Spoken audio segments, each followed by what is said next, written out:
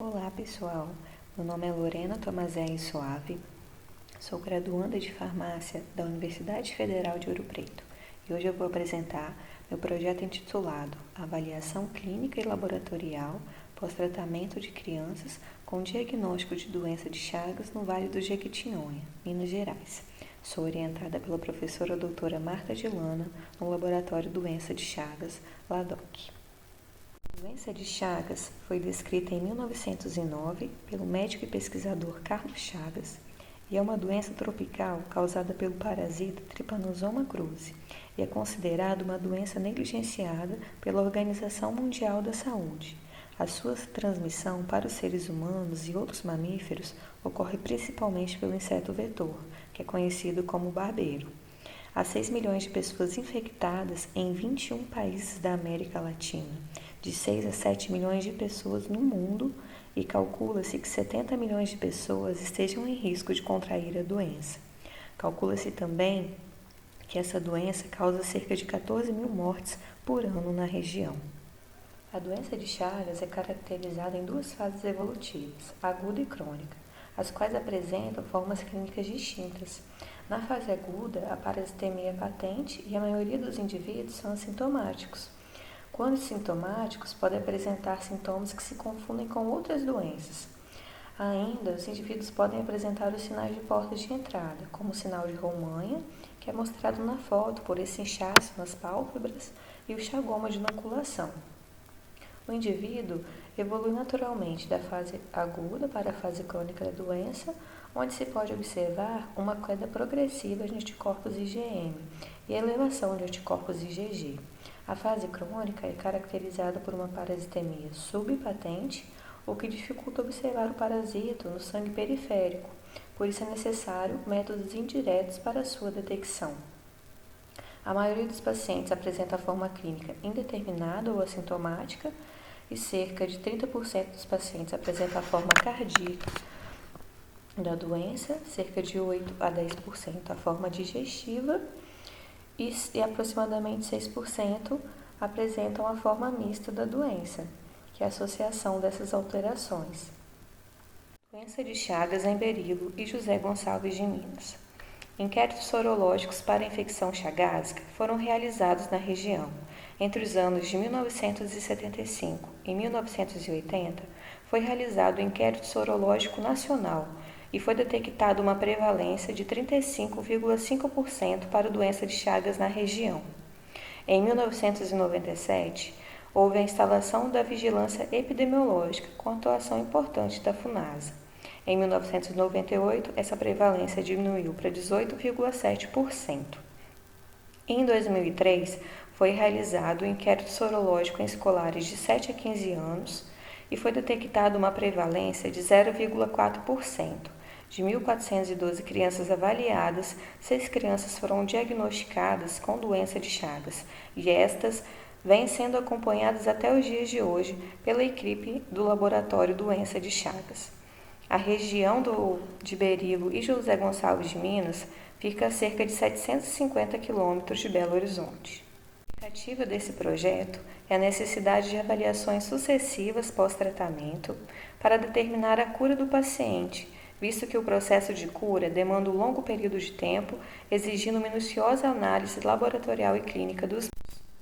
O objetivo geral desse projeto é avançar na avaliação pós-tratamento de 6 pacientes do Vale do Jequitinhonha com diagnóstico da doença de Chagas, tratados em 2003, quando eram crianças. Os objetivos específicos desse projeto são os seguintes: avaliar por exames laboratoriais e clínicos os pacientes tratados, interpretar o conjunto das avaliações atuais conjuntamente com as avaliações pós-tratamento anteriores, avaliar a eficácia do tratamento utilizado nos pacientes, verificar se houve cura da infecção, avaliar o impacto do tratamento na evolução clínica da doença, informar a população atendida sobre o que é a doença de Chagas e principalmente sobre o seu controle. Métodos. De acordo com o inquérito sorológico realizado em 2003 na região, foram diagnosticadas 6 crianças com doença de Chagas. E essas foram tratadas com o medicamento benzimidazol por via oral por 60 dias consecutivos ou com o medicamento Nifurtimox por via oral durante 60 dias consecutivos. Depois disso, vem sendo feitas avaliações periódicas pós-tratamento, através de exames laboratoriais como a hemocultura, a PCR, a ELISA e a citometria de fluxo, exames que eu vou explicar posteriormente, e também vem sendo feito exames clínicos de função cardíaca, como eletrocardiograma, ecocardiograma e raio-x de tórax. Bom, agora eu vou falar um pouco sobre os exames laboratoriais realizados. A hemocultura é uma avaliação parasitológica. Essa técnica consiste na detecção do parasito após cultivo em meio lite, que é um meio propício para o crescimento exponencial do parasito. E é feita a leitura dessas amostras com 30, 60, 90 e 120 dias após o cultivo. E se houver parasitos na amostra, será possível visualizar em microscópio. Bom, essa tabela mostra os resultados do exame de hemocultura realizado nesses pacientes desde o início do tratamento até o momento. E é possível observar que os últimos exames de todos os pacientes foram negativos. Outro exame que vem sendo realizado é a avaliação parasitológica molecular através da PCR do hemoato de sangue. Essa técnica consiste na amplificação in vitro de fragmentos de kDNA de T. cruzi presentes nas amostras de sangue dos pacientes. A partir da amostra de sangue coletada, é feita uma extração do DNA, que é submetido então à PCR, utilizando os iniciadores, que são os primers, complementares à sequência de interesse no kDNA-alvo na presença da enzima Taq polimerase. A amplificação do segmento de DNA ocorre em um aparelho chamado termociclador, e as cópias de DNA aumentam exponencialmente a cada ciclo da reação e podem posteriormente serem visualizadas em eletroforese em gel. Essa tabela mostra todos os resultados de PCR realizados, mostrando desde o início do tratamento até 15 anos pós-tratamento. É importante observar que todas as últimas avaliações realizadas deram como resultado negativo. Outro exame que é realizado é a avaliação sorológica convencional, a ELISA. Na etapa 1 dessa técnica, a placa é sensibilizada com o antígeno de T. cruzi. Na etapa 2, é adicionada a amostra do paciente, que pode conter ou não anticorpos anti-T. cruzi. Na etapa 3, é adicionado um anticorpo conjugado com uma enzima. Na quarta etapa, é adicionado um substrato que, quando se liga a essa enzima, gera uma reação de cor que pode ser lida no espectrofotômetro. Esses são os resultados da ELISA. Os gráficos mostram a reatividade sorológica em amostras de pacientes de Berilo e José Gonçalves de Minas, avaliados pós-tratamento da doença de Chagas durante vários anos, então desde o início do tratamento até o momento. Começando ali pelo primeiro gráfico, o paciente 795, é possível perceber que no início do tratamento, com esses pontos acima da linha de corte, é possível perceber que os títulos de anticorpos estão altos. Porém, na última avaliação que foi feita em 2019, houve a negativação do exame desse paciente, mas ainda necessita de outros exames para confirmação.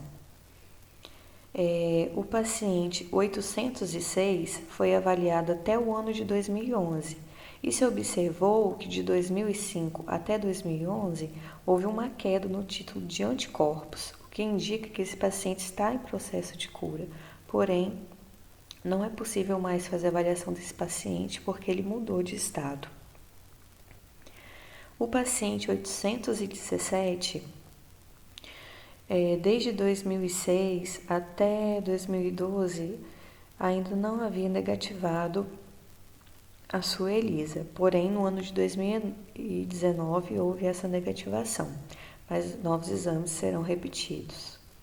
O paciente 829 teve uma queda considerável nos títulos de anticorpos, porém o paciente também mudou de estado e ficou inviável dar continuidade, né, à sua avaliação.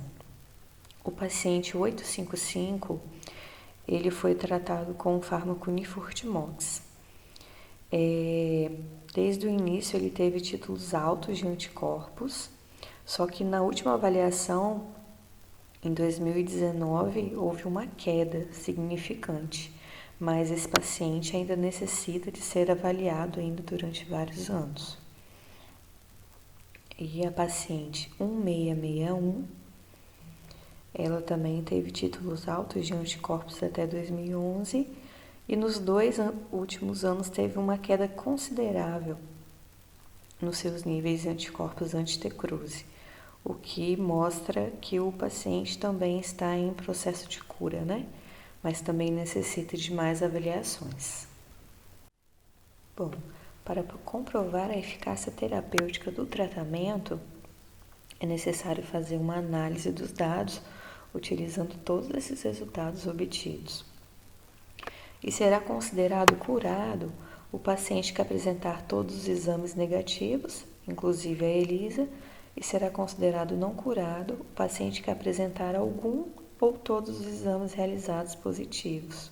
É importante lembrar que a queda progressiva dos anticorpos IgG, associada a todos os testes parasitológicos negativos, são indicativos de que o paciente está em processo de cura. De acordo com os resultados apresentados, é possível concluir que os gráficos da sorologia convencional, que é a ELISA, mostram a redução progressiva dos níveis de anticorpos, em 4 dos pacientes tratados, 806, 829, 855 e 1661, sugerindo que esses pacientes estão em processo de cura, pois os exames da hemocultura e PCR, que foram realizados juntos, também foram negativos nas últimas avaliações.